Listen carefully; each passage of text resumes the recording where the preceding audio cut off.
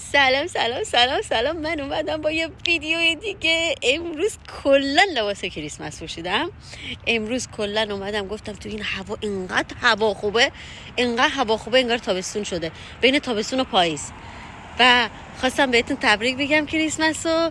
فردا البته کریسمس، ما امروز نصف روز کار میکنیم و خواستم بهتون تبریک بگم.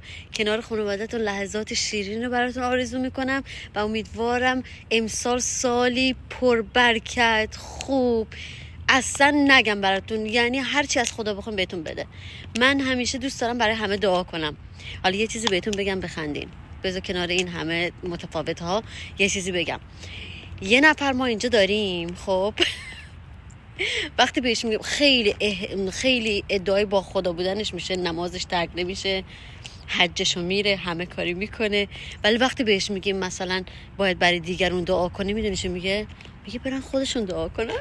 چرا من باید دعا کنم؟ بچه‌ها، دعا کردن برای دیگرون یعنی پاسخ دعاات و دریافت جوابات از خداوند. من اینو واقعا ایمان دارم که وقتی که برای دیگرون دعا میکنیم واقعا خدا جوابو میده. یعنی تو وقت خیر و برکت برای یکی میخوای، خدا خیر و برکت 2 برابر تو زندگی تو میاره. من همیشه وقتی یه کار خیری انجام میدم مثلا دستم نمیلرزه. مثلا وقتی میگم مثلا امروز میخوام مثلا اینو هدیه کنم به یکی، یا مثلا این پولو میخوام مثلا چیز بکنم، اینا باورتون نمیشه خدا بهم 10 برابرشو میده.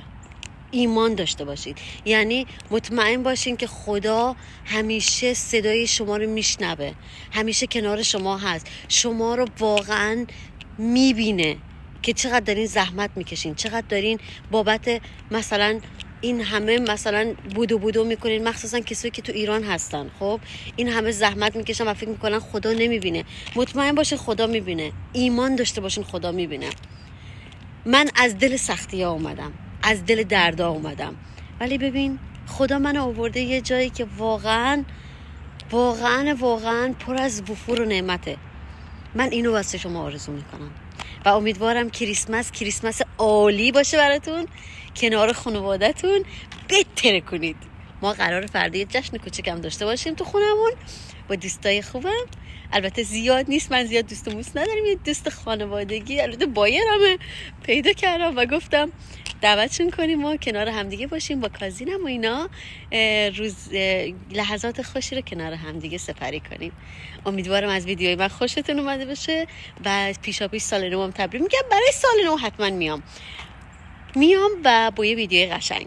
قربون شما برم، به خدا میسپارمتون. دعا یادتون نره، شکرگزاری